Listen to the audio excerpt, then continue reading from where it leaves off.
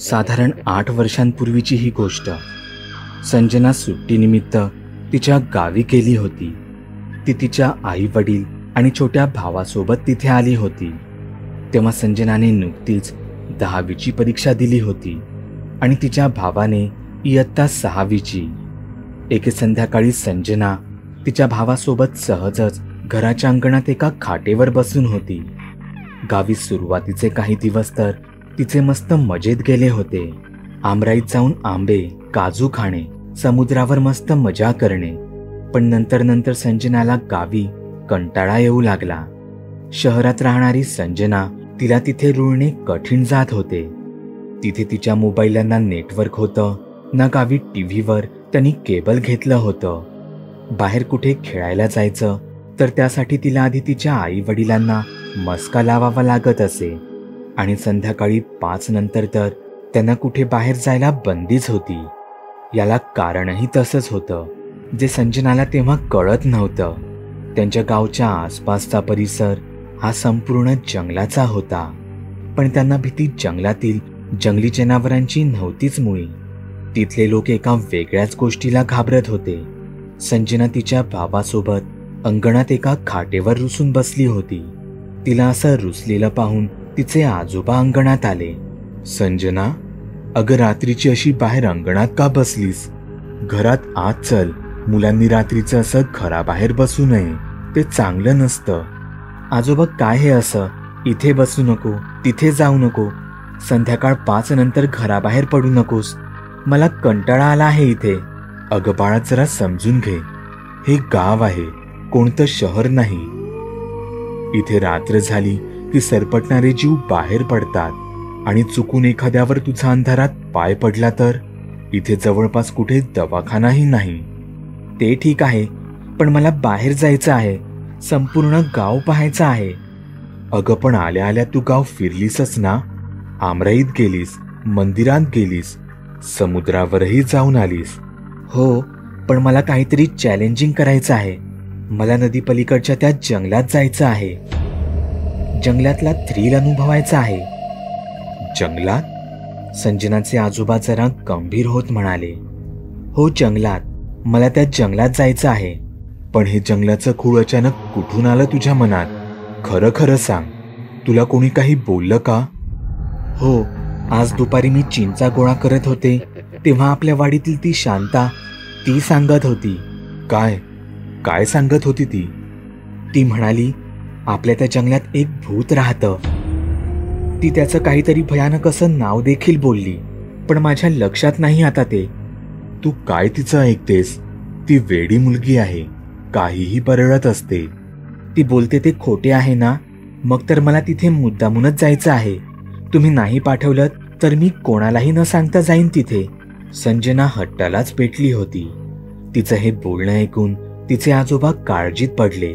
ते त्यांच्या गंभीर स्वरात हळू आवाजात म्हणाले, हो, तिथे एक भूत राहतं. काय? खरंच? खरंच आजोबा? तुम्ही कधी पाहिलेत का त्याला? संजनाचे आजोबा एकटक शून्यात पाहत म्हणाले, हो, पाहिलंय मी त्याला. आजोबा, मग मला सांगा ना त्याबद्दल. ते कोणतं भूत आहे? त्याचं नाव काय? आणि ते कसं दिसतं? सांगतो, त्याबद्दल सगळं काही सांगतो. पण मला आधी तू वचन दे की तू त्या जंगलात जायचा परत हट्ट करणार नाहीस. संजनाने थोडा विचार केला आणि मग म्हणाली, ठीक आहे आजोबा, प्रॉमिस, मी नाही करणार हट्ट. ही फार वर्षापूर्वीची गोष्ट आहे. मी तेव्हा तुझ्यापेक्षा वयाने 4-5 वर्ष मोठा असेन तेव्हाची ही गोष्ट. एके दिवशी चुलीसाठी जाळण आणायला मी माझ्या भावासोबत त्या जंगलात गेलो होतो. त्या जंगलाबद्दल मी लहानपणापासूनच बरंच काही ऐकलं होतं. त्या जंगलात एक खवीस राहत होता. त्या खविसाच्या गोष्टीही फार भयंकर होत्या. सूर्य मावळल्यानंतर त्या जंगलातून जो कोणी एकटं जात असे त्याचा त्या जंगलातील खवीस मार्ग अडवत असे. त्या व्यक्तीला वेगवेगळी आमिष दाखवून तो त्याच्यासोबत कुस्ती खेळत असे. त्या आमिषाला बळी पडून ती व्यक्ती ही नकळत स्वतःच्या मृत्यूला जवळ बोलावून घेत असे. कुस्तीत खविसावर मात करणे केवळ अशक्यच असते आणि खविसाच्या या कुस्तीचा अंत त्या व्यक्तीचा प्राण घेऊनच होत असे. खविसाच्या या गोष्टी सर्वांनाच माहीत असल्याने सूर्य मावळायच्या नंतर आणि सूर्य उजाडायच्या आधी कोणीही त्या जंगलात त्यांचे पाय ठेवायला घाबरत असत. आम्हीही दुपारपर्यंत घरी येऊ या हिशोबाने जंगलात लाकडं आणायला आत गेलो होतो. पण लाकडं तोडण्याच्या नादात आम्हाला वेळेचा काही अंदाजच आला नाही. आम्ही आधीच जंगलात फार आत गेलो होतो. त्यात संध्याकाळनंतर काही मिनिटांतच सूर्य कुठच्या कुठे गायब झाला होता. मी माझ्या भावासोबत त्या जंगलात पुरता अडकलो होतो. आम्ही घाबरलो. माझ्या भावाकडे नशिबाने एक टॉर्च होती. त्या टॉर्चच्याच मदतीने आम्ही जंगलातून कसे बसे वाट काढत चाललो होतो. तोच आम्हाला दूर झाडीत काहीतरी हालचाल जाणवली. मी घाबरून माझ्या भावाचा हात घट्ट पकडला. त्याच्याकडच्या टॉर्चचा उजेड त्या आवाजाच्या दिशेने मारला. समोरील ते दृश्य पाहून आमची तर बोबडीच वळाली होती. एक साधारण 6 फुटाची भयानक मानवी आकृती आमच्यापासून 15-20 फुटांच्या अंतरावर उभी होती. त्याने स्वतः भोवती घोंगडं गुंडाळलं होतं, पण त्यातूनही त्याच्या पाठीवरचा मोठा भाग लपू शकला नव्हता. त्याने झटकन आमच्या दिशेला वळून पाहिले आणि आम्हाला पाहून तो विचित्र आवाजात भयानक हसू लागला.